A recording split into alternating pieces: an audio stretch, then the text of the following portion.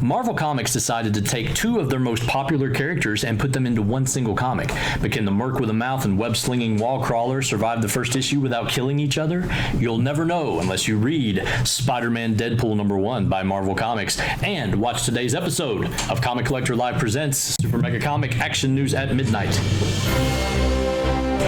Greetings and hello again, fellow collectors. Welcome to another installment of Comic Collector Live Presents Super Mega Comic Action News at Midnight. I'm still your host, Steve Boyd, and I'm happy to announce after intense contract negotiations, this show will continue to be on the air for at least 4 more episodes, which should give DC Comics enough time to study up on languages and cultures before the newest issue of Superman Wonder Woman comes out.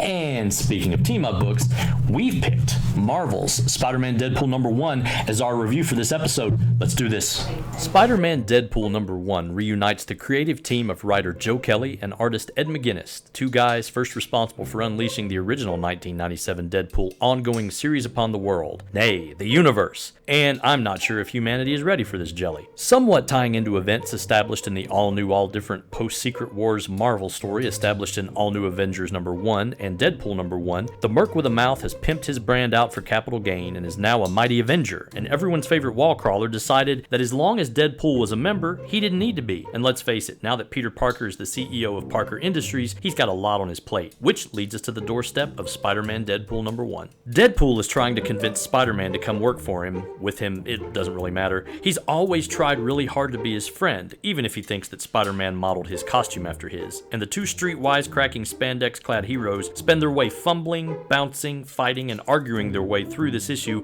as they face the villainy of Hydro Man and the dread Dormammu, all the while as Wade Wilson pitches his idea of the two being a dynamic duo. I can't spoil the ending because it's definitely set up to make you want to see what happens next. However, I will tell you a few things you'll need to get through Spider-Man Deadpool #1. A comfortable chair, adequate lighting, reading glasses, unless you're stigmatismless, a brand new box of chocolate Teddy Grahams, about 30 uninterrupted minutes, and more patience than a hospital because, wow, this book is wordy. As you know, Deadpool likes to talk. A lot. And Spider-Man isn't exactly a man of few words himself, so it'll take you a while to wade through the dialogue, pun intended, but I digress. This was one of the charming things about the original Kelly series, so I'm okay with that. Plus, you have to be really careful because you'll miss something in all those word balloons and panels that might be crucial to understanding the direction of the story if you're not meticulously careful. And you might also want to consider some Dramamine or Tylenol after reading Spider-Man Deadpool #1, because this issue is the 4-color equivalent to a 5-hour energy drink, or that drunk, irritating friend of yours who keeps trying to get back into the nightclub he just got both of you thrown out on New Year's Eve. Please let me back in. It's cold and you guys still have my coat.